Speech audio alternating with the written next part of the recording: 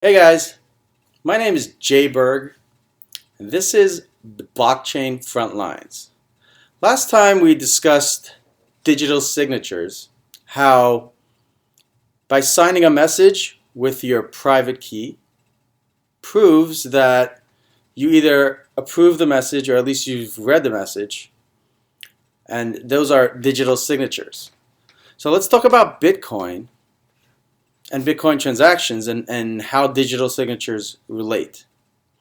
So, Satoshi Nakamoto, the inventor of Bitcoin, 2009, January 3rd, Satoshi Nakamoto creates 50 Bitcoin out of thin air. So that's rule number one, is that I now have 50 Bitcoin, and I create a message that says, so I have 50 Bitcoin, and I sign it with my private key.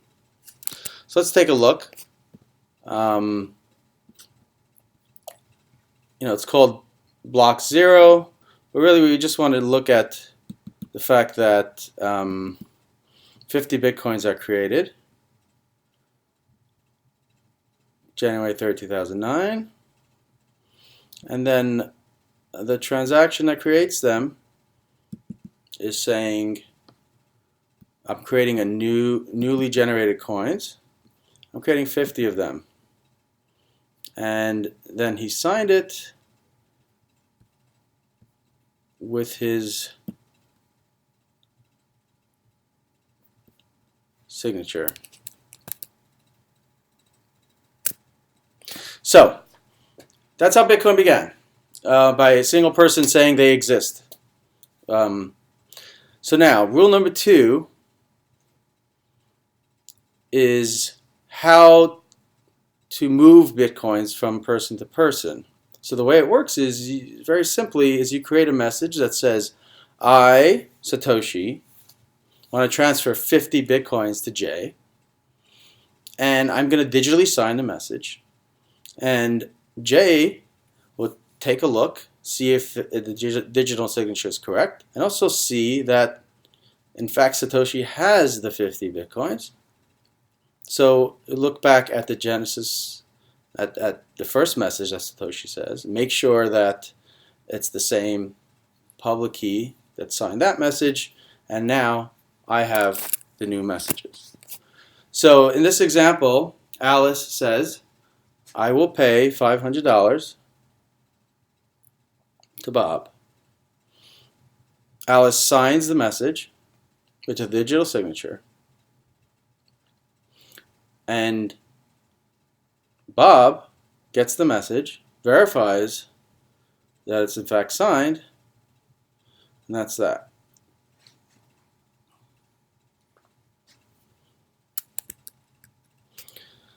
So digital signatures is the key to moving Bitcoins and the basis of cryptocurrencies. So now, when Bob receives a message that says Alice is giving you coin, how does Bob know that Alice has the coin? So it's not enough to say that I'm giving you Bitcoin. You need to actually know that you actually have the Bitcoin. So what you do is you have what's called an input and an output. So a transaction consists of an input, which is where you're getting the Bitcoins from, and an output of where the Bitcoins are going to. So if Satoshi spends his first 50, the input's going to be the Genesis block, and then the output's going to be to Jay's address, 50 Bitcoins. And then if Jay wants to send 50 Bitcoins to Bob, the input is going to be the transaction that Satoshi gave to Jay. And then if Bob wants to send the coins to Mary, the input to the transaction is going to be the output of the transaction that goes to Jay to Bob. So you go from Satoshi to Jay, from Jay to Bob, from Bob to Mary, and Mary takes a look at Bob's input, verifies that it's signed by Bob, then takes a look at the transaction that Jay sent to Bob, verifies it's signed by Jay, and then Mary takes a look at the transaction from and verifies that that's signed. Then she takes a look at Satoshi's message and realizes that that's the base, that's the coin base, those are the coins created from scratch, and now she verifies that she now has the Bitcoins and can spend it. That's all great. The question is, how does Mary get all this information? How does she know all this? And that's where the peer-to-peer network comes in. So in order for you to accept Bitcoins or send Bitcoins, you need to be on the network, which means you receive an update for every single transaction that happens. So each one of these Bitcoins is actually a node in the network. So one of them would be Jay, one of them would be Satoshi, one of them would be Mary, one of them would be Bob. And when Satoshi sends Jay 50 Bitcoins, Jay sends it to Mary, Mary sends it to Bob, Bob sends the message. Everybody knows and everybody updates their ledger that Jay now has 50 Bitcoins and the transaction. And then when Jay sends it to Bob, everyone updates their ledger. So as soon as Mary gets her message from Bob, she knows that that's correct because she already had all the transactions in the past. And so at each one of these nodes, all they need to do is store what's called a UTXO, an unspent transaction output. So even though they have all the transactions from Satoshi all the way to Mary, at this current point in time, they just have to store the fact that Mary has 50 Bitcoins that's spendable. So it's unspent.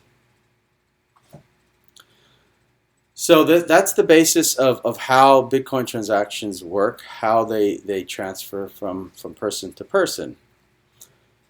So now, what if Mary goes over to Jim and says, "Hey Jim, I have 50 Bitcoins. I want to buy some pizza."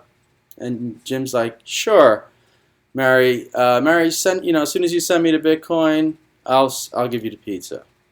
Mary's like, "Okay, sure. Give me a second." Then Mary turns around to Jill, and Mary says, "Jill, I'd like to buy some socks. I have 50 Bitcoin. I'll give you for those socks." And Jill's like, "Sure. Send me the 50 Bitcoin and I'll give you the socks." So what does Mary do? Mary creates a message to send her 50 Bitcoins to Jim, creates another message to send her 50 Bitcoins to Jill. And then she sends them almost simultaneously. Sends it to Bob, sends it to Jim, and to Jill. She gets the pizza, she gets the socks, she's happy, she goes away. Now, Mary just spent the same 50 Bitcoins twice. Jim verified, Jim has a UTXO set. He's like, "This is valid."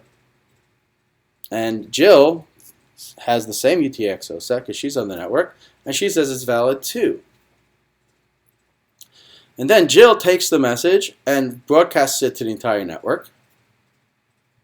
And then Bob takes the message and broadcasts it to the entire network as well. So what happens? Well, what happens is everybody else in the network, depending on what message they receive first, they will have a different state of Bitcoin. So if Jay receives Jill's message first, and then Jay receives the message to Jim, he's going to look at the message to Jim and say, "Well, Mary didn't have those coins anymore. She already spent them. with Jill, so that transaction is invalid, and that's going to be ignored. So what we've just created here is a fork in the Bitcoin network. And this is a natural fork. I mean, this is not a natural fork. This is a double spend. And this is a big problem. And actually, this problem of double spend is a much bigger problem that goes all the way back to the Byzantine generals era.